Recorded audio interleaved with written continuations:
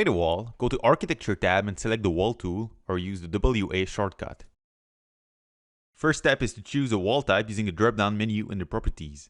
Pick a generic wall type for the moment. Second step is to set base and top constraints. Select the levels to constrain your walls, then adjust the offsets. Use a negative value in the top offset so the wall is slightly below the level. Third step is to draw your wall. Use the draw commands on the upper right of the screen. The most used one is the line tool. Use it and draw a few walls. Another useful draw tool is pickline, which is used to select any reference line in the project. Here, we use link CAD files to pick lines as references for new walls.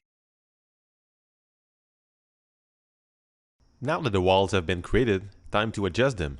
Use the Edit Profile tool in the Contextual tab to modify the elevation profile of your wall. Draw the new profile of the wall using the purple boundary lines. And click the green check to complete. Press Reset Profile to go back to normal. Top and bottom of walls can be attached to elements like roofs and floors. First, select your wall. Click Attach Top or Base, then select the reference roof. Select the wall again and click on Detach to go back to the original shape.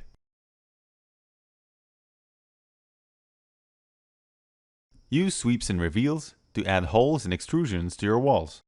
Click on the Wall drop-down menu in the Architecture tab and click on Wall Sweep. In the Contextual tab, choose between vertical and horizontal sweep. Click on the wall to create the sweeps. Repeat the same process to create reveals. If you want to create custom profiles for your sweeps and reveals, make sure to check out Chapter 44 about families. So far we have created generic walls which are made from a single material. As your model progresses, you can convert generic wall to compound walls. Compound walls are made from multiple layers of materials. To create a compound wall, you have to modify the structure of the wall type. Select the wall and click on Edit Type. Click on Duplicate and enter a new name. Click on the Edit Structure button. The first step is to add as many layers of elements as you need. Click on the Insert button.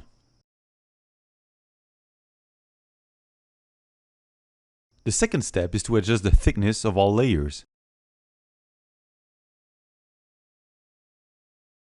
Then, select the material for each layer you have created.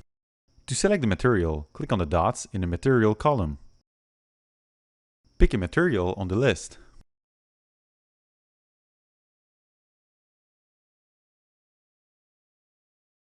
When each layer has a material, assign a function to each of them.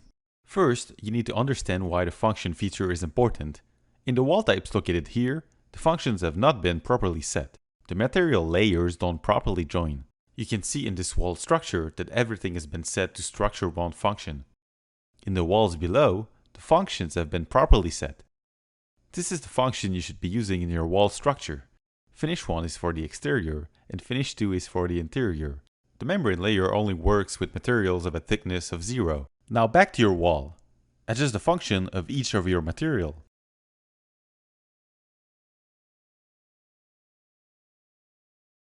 The wall structure is now complete. 6 wall tips.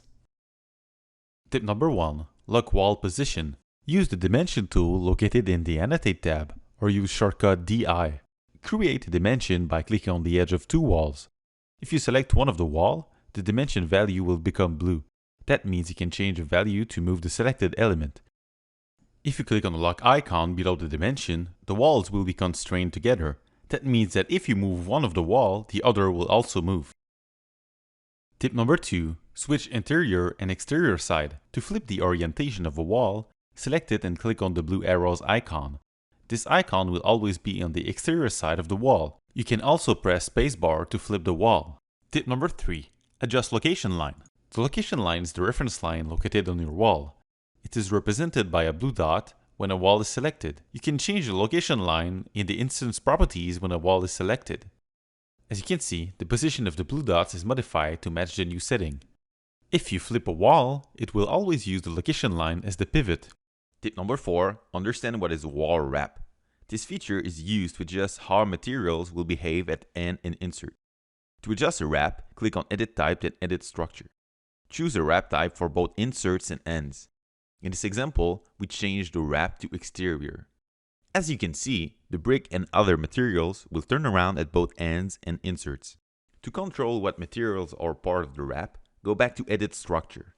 Change elements position using down or up and place them in the core boundaries. As you can see, the only material that wrap is now the brick. Tip number 5, adjust wall joins.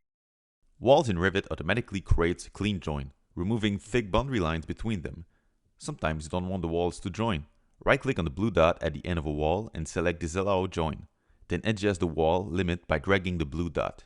To allow the join back again, click on the blue icon at the wall end. Use the Wall Join tool to specify how specific joins will behave. Click on a wall intersection, then choose between butt, mitter, and square off. Use the Previous and Next buttons to see multiple join options.